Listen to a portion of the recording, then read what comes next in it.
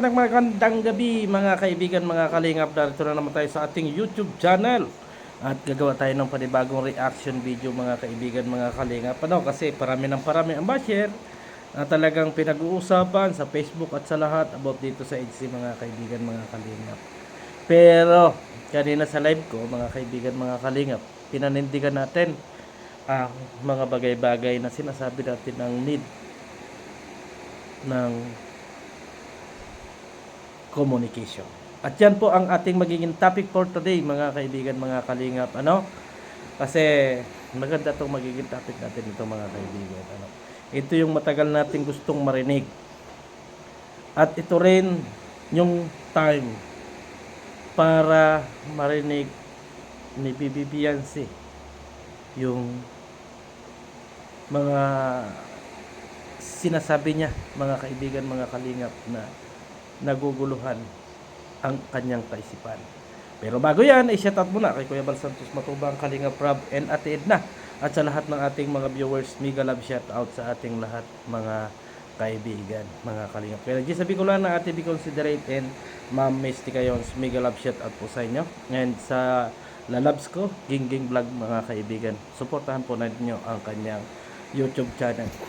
So sa ngayong maghapon mga kaibigan, alam natin na talagang napakarami ng naging basher ni Papa Edge, marami ang naging basher ni Fiancé mga kaibigan, mga kalingap. At talagang gusto ko nang sumuko mga kaibigan, gusto ko nang umayaw sa pag-topic na ito mga kaibigan. Kasi sa topic ko kanina doon sa aking live streaming, ang sinasabi ko nga dyan mga kaibigan ay huwag tayong maging one-sided. Huwag tayong magtanggol kay Ido at huwag din tayong magtanggol kay Fiancé. Mga kaibigan, doon lang tayo sa gitna. Kasi ang nakikita talaga natin mga kaibigan, mga kalingap, at sinabi ko yan sa aking live streaming, ang need nila ay communication at contact. At tinuturuan nga natin mga kaibigan, mga kalingap, si Dr. Lab, at doon sa panig ni Kalingap Ido mga kaibigan. At ang pinagkumpara na lang natin dyan, kasi close naman natin si JP at Dr. Lab, kasi pwede silang magkaroon ng communication na sinasabi nga natin dyan, bakit hindi gawin ni Dr. Lab at saka ni JP na pagkitain ng hindi alam ng dalawa na sila ay magkikita, di ba? Yun yung aking naging topic kaninang umaga. Hindi naman umaga, mga alas 6 na siguro nang tayo ay mag-live mga kaibigan. Yun yung naging topic natin. Kasi ang nakikita ko kasi, at yung lagi yung sinasabi ko sa aking reaction video, na kulang sila sa communication. Communication ang kulang. Kasi inapulit-ulit na natin sinasabi sa inyo mga kaibigan, mga kalingap, about kay Chanli, yung ginawa ni Kalingap Edo na pagbablog kay Chanli para maiparating niya yung kanyang saloobin dito kay Fiancé. At ngayon nga mga kaibigan, mga kalingap, ay magsaya yung legit na nagmamahal sa EDC. Pero yung mga basher, alam ko na magiging malungkot kayo mga kaibigan, mga kalingap, sa ibabalita ko.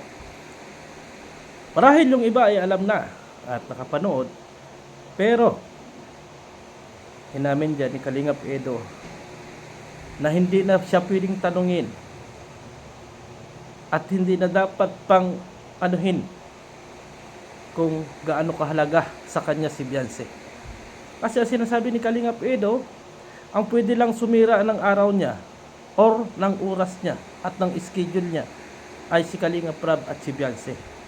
Yun daw yung effort niya. At yun yung pagmamahal na ibinibigay niya kay Fiancé. Matagal na. Yun ang inasabi ni Kalingap Edo. Pero ang nakikita ni Kalingap Edo, mga kaibigan, mga kalingap, ay siya lang yung nag-i-effort at hindi nag-i-effort si Fiancé. Yun po yung sabi niya sa live niya, mga kaibigan, mga kalingap. Ang ilatalakay muna natin ay yung panig ni Kalingap Edo, kasi yun yung latest. Bago ko ibigay sa inyo yung panig ni Fiancé, mga kaibigan. Diba? Yun po yung sabi ni Kalingap Edo.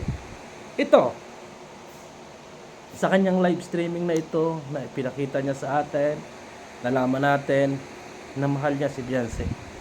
Pero, ang sinasabi nga niya dyan, ay wala siyang magagawa kung gusto nang lumayo. Ibig sabihin mga kaibigan, mga kalingap, ang need nila ay ang pag-uusap. Ang sabi nga ni Kalingap Edo, minsan daw baka nagsasawa si Beyonce sa kanyang pagmamuka.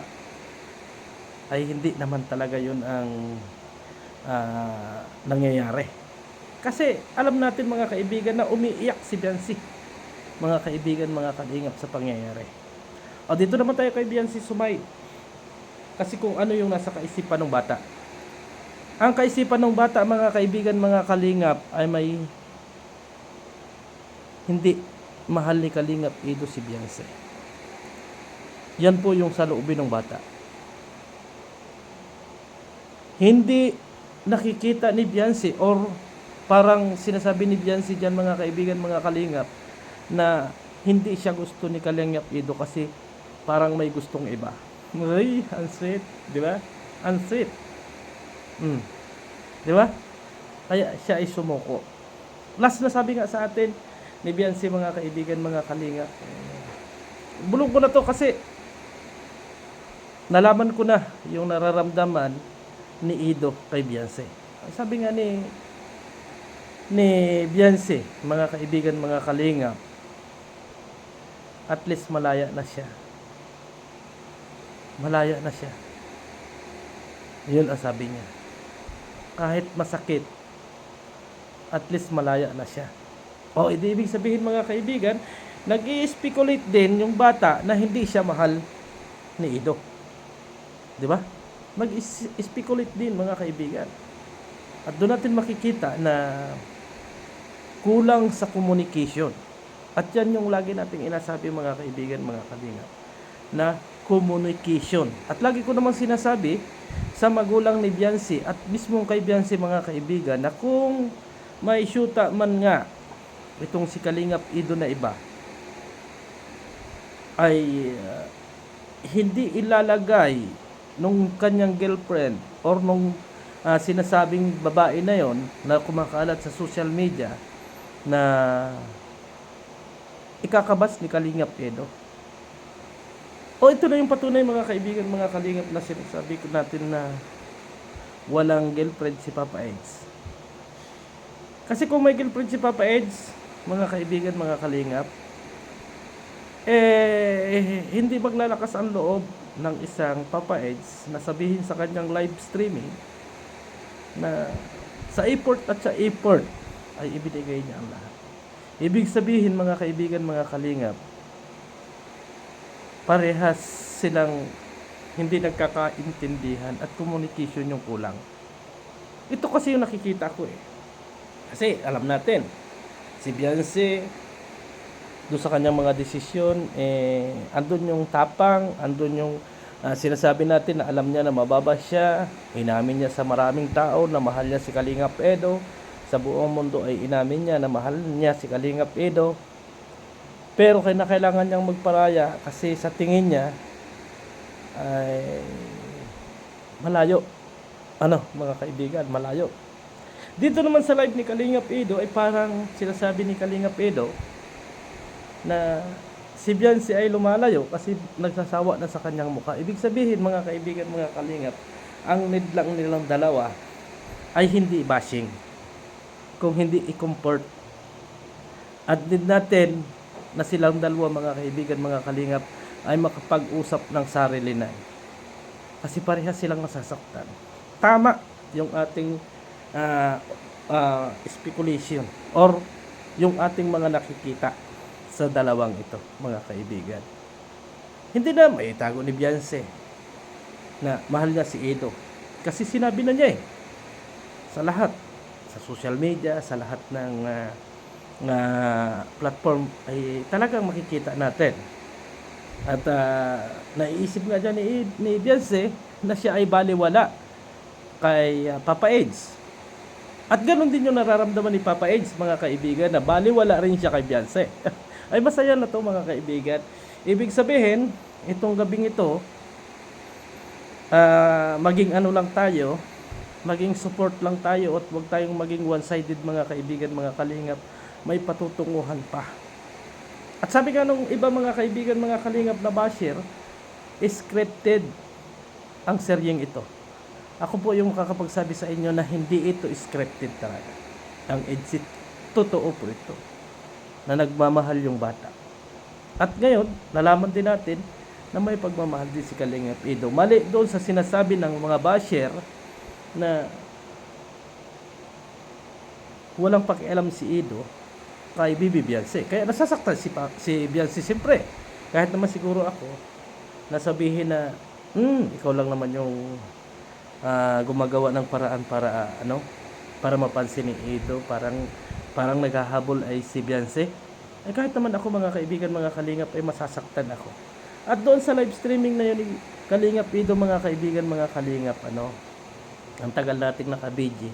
Pero naging masaya na ako kasi narinig ko yung panig ni Kalingap Edo at naniniwala ako mga kaibigan, mga kalingap, na darating yung time na magiging masaya muli tayo. Andiyan na nga yung mga pagsubok na dumating sa kanila. Pero nakita natin mga kaibigan, mga kalingap, na unti-unti silang nagiging matapang na ipaalam sa atin ang kung ano yung mga nararamdaman nila. No, may nagawa din talagang maganda yung pag-iingay nung pangit na founder na si Dr. Love. Meron pa rin. Kasi nailabas yung saloobin ni Beyonce at nalaman nating lahat na mahal niya si Beyonce. At dahil din sa pag-iingay ng pangit na founder na ito, mga kaibigan, mga kalingap, na si Dr. Love, ay nalaman din natin mga kaibigan, mga kalingap, na mahal ni Papa Edge si Bibi Beyonce. Di ba? Meron ding maganda mga kaibigan. Huwag puro pangit. No. Huwag puro pangit kasi meron din tayong nakitang maganda. Pero ang tanong natin mga kaibigan, mga kalingap, kasi sabi nga ni Kalingap Edo dyan, kung magpapadala si Beyonce sa mga nagme-message or sa mga nang bibiringwas kay Beyonce, ay talagang mawawala. Yun yung paalala ni Kalingap Edo. At ako naman, naniniwala ako na itong batang ito na si Beyonce ay napakatapang at may paninindigan. Kasi kung nasabi nga niya sa lahat ng tao na mahal niya si Kalingap Edo, na alam naman nating lahat na hindi natin alam kung ano yung saloobin ni Kalingap Edo sa mga bagay na ito, ay nasabi ni Beyonce. At nasabi rin ng mga magulang ni Beyonce, mga kaibigan, mga kalingap, na talagang umiiyak ang batang ito. Ako nalulungkot kasi sabi ko, siguro titingil na rin ako sa paggagawa ng reaction video kasi parang ala naman akong inaglalaban eh. Parang ako lang yung nagpipilit magkaroon ng EDSI, pero silang dalawa ay sumuko na. Pero dito sa aking mga narinig sa live ni Papa Edge, ay nagkaroon muli tayo ng buhay mga kaibigan, mga kalingap. At nagkaroon muli tayo ng lakas ng loob na masabi sa ating mga viewers na sila talaga ay nagmamahalan, hindi lang nagkakaintindihan. 'Di ba? 'Di ba? So, paano 'yan?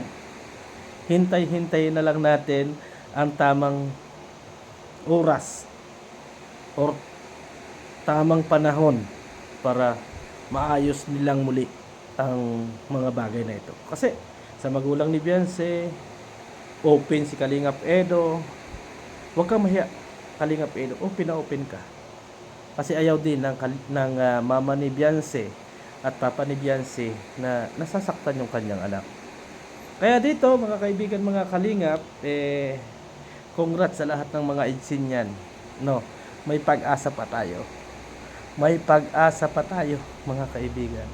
At doon sa mga basher na nagbubunyi, at doon sa mga one-sided na nagiging masaya dahil binabas nila si Edo, binabas nila si Beyonce, unti-unti na kayong kumalas. Kasi baka bandang huli ay kayo ang umiyak Kasi nararamdaman natin na may pagmamahal at may nararamdaman ang dalawang taong ito. So maraming salamat and God bless ating lahat. Bye-bye.